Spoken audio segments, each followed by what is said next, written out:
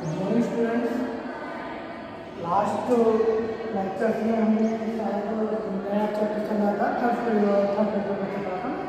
तो उसमें ideal gas वाला चैप्टर चल रहा है। आइडियल गैस में बायोलॉजी विज्ञान में गैस वाले बायोलॉजी विज्ञान में चार्ज करने में लाभ करने में सारे वीडियो हो गए थे। उसके बाद शायद गैसों वाले सिद्धांत भी हो गया था। आपको नेक्स्ट क्लास में करते हैं गैस द्वारा आरोपित दाब, ठीक है ना। गैस द्वारा आरोपित दाब क्या होता है? क्या होता है कि देखो गैस के जो अणु ठीक वो यहाँ वहाँ दूसरे की तरफ चारों तरफ फैले रहते हैं, ठीक। तो जो दो जैसे एक अणु ये एक अणु ये हमेशा क्या करते हैं, विसरण करते रहते हैं, यहाँ से वहाँ ये इधर चलेगा इधर चलेगा इधर चलेगा, ये हमेशा इधर उधर चलते रहते हैं। इन पर किसी भी प्रकार का कोई दाब नहीं है, ठीक। एक दूसरे के ऊपर किसी प्रकार का दाब या कुछ भी नहीं डालते, ठीक। लेकिन क्या होता है ना, जैसे एक अणु ये एक अणु ये, इसकी गति ऐसी है और इसकी गति इस तरह, ठीक। तो एक समय ये आएगी कि जब ये अणु होंगे एक दूसरे के बहुत ही पास होंगे। जब बहुत पास होते हैं तो आगे आने वाले समय में एक दूसरे से टक्कर भी करेंगे ना। लेकिन इनके बीच क्या होता है ना, टक्कर नहीं, क्या नहीं होता है, टक्कर नहीं होती है। अणुओं के बीच जो गैस के अणु होते हैं वो स्वतंत्र होते हैं, एक दूसरे से इनकी टक्कर नहीं होती, एक दूसरे से टक्कर नहीं होती। फिर लोग अलग अलग कैसे होते हैं, इधर उधर कैसे आते हैं? इसका एक कारण है कि जैसे जैसे एक दूसरे के पास आते हैं, जैसे जैसे ये अणु एक दूसरे के पास आते हैं, इनके मध्य में प्रतिकर्षण होता है। क्या? प्रतिकर्षण बल लगने लगता है। क्या लगने लगता है? प्रतिकर्षण बल लगने लगता है। आकर्षण बल क्या होता है? आकर्षण बल वो बल होता है जो एक दूसरे को एक दूसरे की तरफ खींचता है, और प्रतिकर्षण बल वो होता है जो एक दूसरे को बाहर फेंकता है, एक दूसरे को दूर करता है। तो जैसे जैसे ही पास आते हैं वैसे वैसे इसमें प्रतिकर्षण की जो क्षमता है, प्रतिकर्षण जो बल है वो अधिक होता जाता है। और अधिक होने के साथ साथ एक टाइम ऐसा आता है कि ये अणु एक दूसरे के बिल्कुल पास आ जाता है, तो प्रतिकर्षण बल इतना अधिक हो जाता है कि एक दूसरे को वापस कर देते हैं, एक दूसरे से बिल्कुल दूर हो जाते हैं। क्लियर? ये होता है गैसों के अणुओं के मध्य, तभी गैस के अणु आसपास एक दूसरे से स्वतंत्र होते हैं, स्वतंत्र चार्ज से चलते रहते हैं, ठीक है। अब यही होता है जब ये अणु अभी तो अणु से टकराया, प्रतिकर्षण बल लग गया। यही अणु यदि किसी दीवार से टकराए, क्या करे, किसी दीवार से टकराए, तब भी क्या होगा, तब भी इनके बीच में एक प्रतिकर्षण बल लागू होगा और वो एक दूसरे को धक्का देकर बाहर हो जाएंगे। या फिर यूं कह लो कि ये इस दीवार में टक्कर मारेगा या टक्कर मार मतलब प्रतिकर्षण बल आखिरी टाइम तक जाएगा और वहां से टक्कर मारने के बाद वापस आ जाएगा, ठीक है ना। प्रतिकर्षण तो उसमें क्या होता है, जब ये टक्कर मारता है तो अणु का कुछ संवेग होता है, अणु का कुछ संवेग होता है, वो ये किसको दे देता है, दीवार को दे देता है। दीवार को देता है क्योंकि संवेग संरक्षण के नियम के अनुसार संवेग एक दूसरे को परिवर्तित करते हैं ना। अणु का जो संवेग होता है वो टक्कर मारने के बाद कुछ संवेग होता है, उसको देता है, दीवार को देता है और फिर वहां से वापस लौटकर आ जाता है, ठीक। उसी को हम क्या कहते हैं, जो संवेग उसको देता है दीवार को, उस संवेग में यदि जितने क्षेत्रफल पर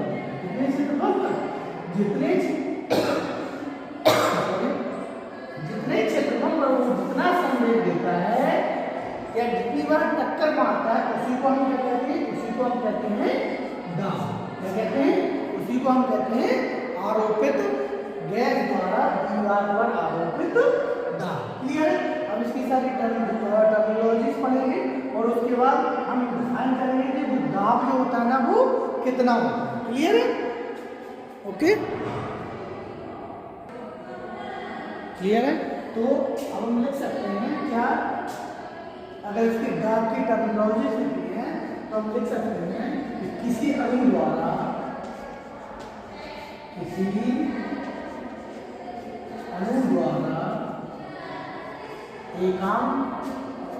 एक सेकंड में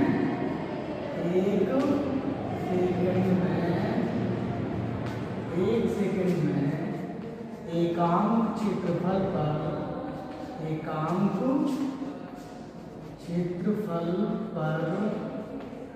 लगने वाला संवेग या ट्रांसफर किया संवेग, लगने वाला संवेग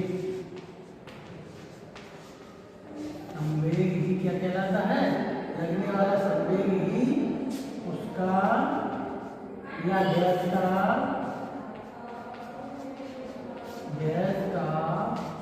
दाब कहलाता है। ठीक, अगर हम लिखें तो लिख सकते हैं गैस का दाब बराबर कितना होगा? ठीक, अणु द्वारा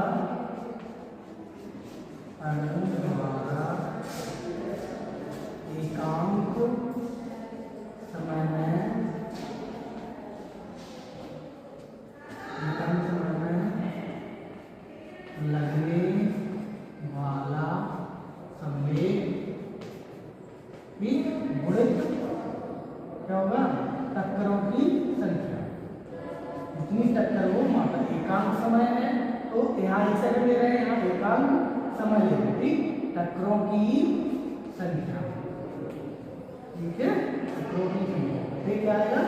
बटे दीवार का क्षेत्रफल, क्लियर है? दीवार का क्षेत्रफल ये गैस के दाब का फॉर्मूला होता है। अब हम इस गैस के दाब के फॉर्मूले से इसकी टर्मोलॉजी निकालेंगे और एक व्यंजक इस्तेमाल करेंगे। व्यंजक का मतलब होता है एक फॉर्मूला निकालना, क्लियर है? इसके बाद हम देखते हैं फॉर्मूलाज।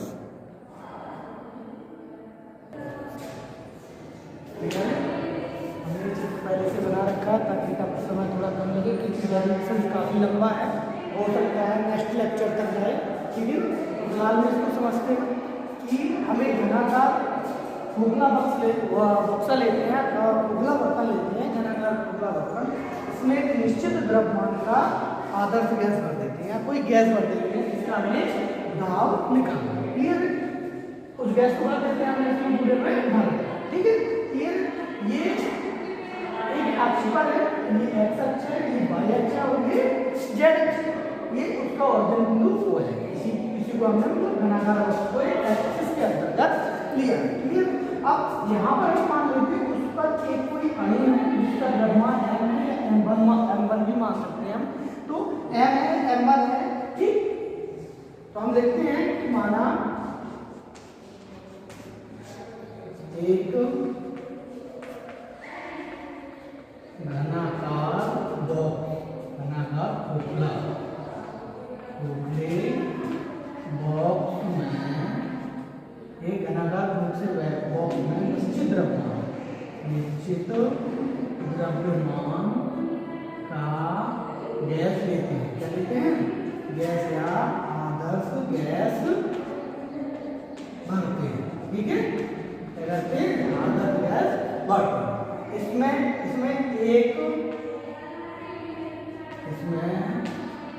किसी अणु या एक अणु, जिसका द्रव्यमान m है लेते हैं। ठीक, इसका द्रव्यमान m तथा वेग कितना है? v1 एक है तो v1 ही लेते हैं तथा v1 वेग। ठीक है, इसका द्रव्यमान m है और उसका वेग कितना है? v1 है। अगर हम उस कण की बात करें तो v1 द्रव्यमान हो गया। अगर हम उसका x अक्ष की दिशा में करें, ठीक, तो x अक्ष की दिशा में कितना वेग होगा? x अक्ष की दिशा में कितना हो जाएगा? v1 तो है, x अक्ष से हमने v1x मान, क्लियर है? इतना हो जाएगा। ओके, अब अगर हम y एक्सिस में करें तो y एक्सिस कितना होगा? v1y हो जाएगा। अगर हम इसी प्रकार से z एक्सिस में करें तो z एक्सिस में कितना होगा? v1 0 हो जाएगा। क्लियर? लेकिन टोटल उसमें कितना रहेगा? v1 बराबर कितना रहेगा? v1x plus v1y plus v1z, क्योंकि उसका जो टोटल वेग होगा फाइव के बराबर होगा, टोटल वेग जो होगा उसका तीनों अक्षों में, क्योंकि वही भी कण होगा, ज्यादा से ज्यादा तीनों अक्षों की तरफ ही तो लगेगा। जैसे मान लो ये पूरा कण है होने की बात करते हैं, किसी भी उसकी बात करते हैं, तो 3 अक्ष पर अवेलेबल रहता है, तो जो कण होगा मैक्सिमम 3 ही अक्षों पर तो अपना दबाव डालेगा। तो मान लेते हैं तीनों अक्षों तो उसका टोटल वेग होगा तीनों अक्षों के वेग के बराबर होगा। ये ठीक है। अब क्या होता है, ये तीनों अक्षों के वेग के बराबर हो जाता है, m1 उसका द्रव्यमान होगा। ठीक, अब मान लेते हैं कि ये जो कण क्या है, ये कण है, ये जाकर इस दीवार से टकराता है। कौन सी दीवार, ए बी एक्स और डी, मतलब क्या माना गया, डी मान लीजिए, ए बी एक्स और डी। ये जो कण है ये अंदर से जाता है एक्स एक्सिस में, ए बी एक्स डी की दीवार पर टकराता है। तो जैसे ही इस दीवार पर टकराएगा तो टकराने के बाद क्या होगा, ये वापस आएगा। तो जब टकराता है तो हम मान लेते हैं कि इसकी जो टक्कर है वो पूर्ण प्रत्यास्थ है। पूर्ण प्रत्यास्थ का कहने का मतलब ये है, जब पूर्ण प्रत्यास्थ टक्कर होती है, क्योंकि अभी आपने पीछे पढ़ाता है कि जो टक्कर होती है वो प्रतिकर्षण बल होता है, टक्कर नहीं होती एक्चुअली, क्या होता है, प्रतिकर्षण बल होता है, जिससे वो एक दूसरे को पीछे धकेल देते हैं। तो जब ये टक्कर होगी तो इस टक्कर को पूर्ण प्रत्यास्थ कहते हैं, क्योंकि उसमें क्या है, उसमें हम आदर्श गैस लेंगे। ठीक, और आदर्श गैस की कल 2-3 शर्तें बताई थी पिछले लास्ट लेक्चर्स में। ठीक, कि जो टक्कर वो जो आदर्श गैस होती है वो पूर्ण प्रत्यास्थ होती है। ठीक, सारी चीजें बताई थी ना, वो आदर्श गैस के सिद्धांत हमने उसमें बताए थे, उसमें 2-3 टर्मिनोलॉजीज थी, वो सारी क्लियर क्लियर। तो जब ये टक्कर मारता है तो टक्कर मार के वापस आएगा, टक्कर मार कर वापस आने से क्या होगा, उसकी गतिज ऊर्जा में तो परिवर्तन होगा नहीं। जब गतिज ऊर्जा में परिवर्तन नहीं होगा तो यहाँ पे वो दीवार को थोड़ा सा संवेग प्रदान करेगा, संवेग प्रदान करेगा। ठीक है, और फिर वहां से वो वापस आ जाएगा। ठीक, और आगे क्लियर है, क्लियर है। तो इसकी लंबाई मान लेते हैं एल,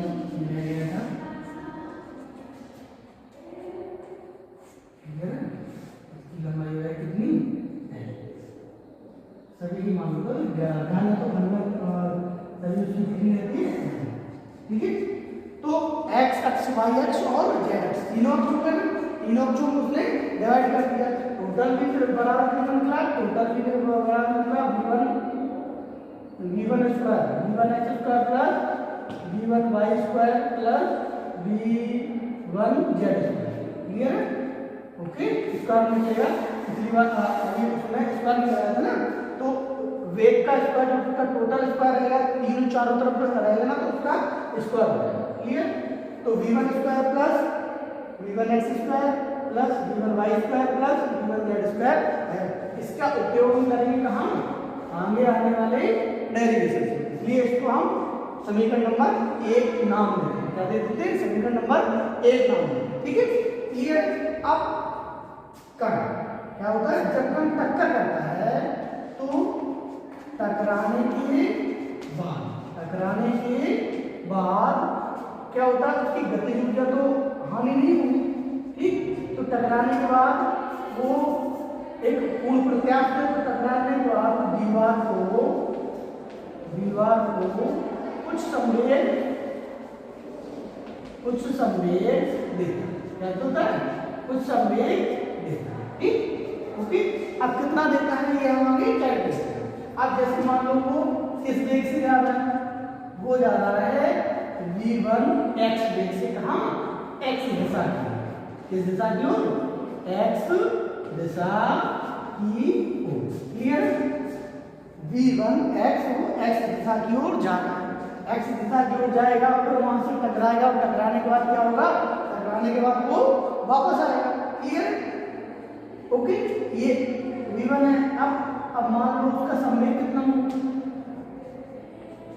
उसका संवेग होगा m द्रव्यमान रखना और m v1 x, एक होता संवेग होगा m v होता संवेग का मान, तो m v1 x इस वेग से वो कहाँ जा रहा है, दीवार को टकराने जा रहा है। क्लियर है,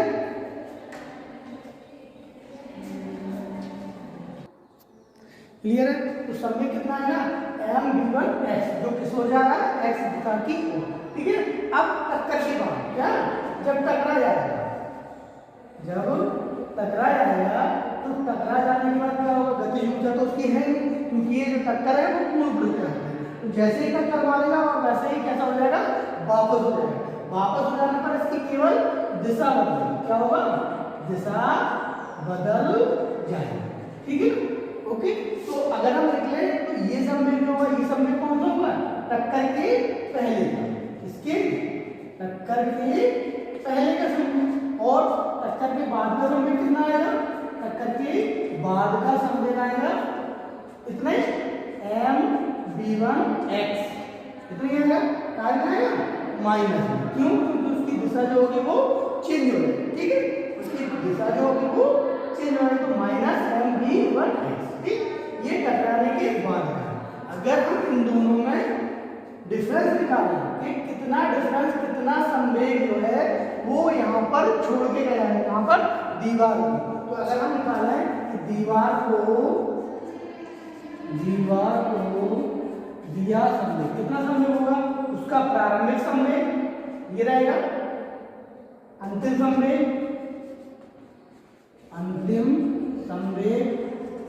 माइनस प्रारंभिक संवेग, कितना रहेगा, अंतिम संवेग कितना है, minus M B one X minus M B one X, प्रारंभिक कितना है, कितना, माइनस का माइनस आ गया, ये माइनस, ये टोटल कितना पहुंच जाएगा, ये टोटल पहुंच जाएगा minus 2m v1 x, clear है। तो इतना समय कहाँ होगा, उस समय जिस समय वो टक्कर कर रहा है, कहाँ पर, जिस समय वो दीवार पर टक्कर कर रहा है, क्लियर है, इतना क्लियर करते हैं।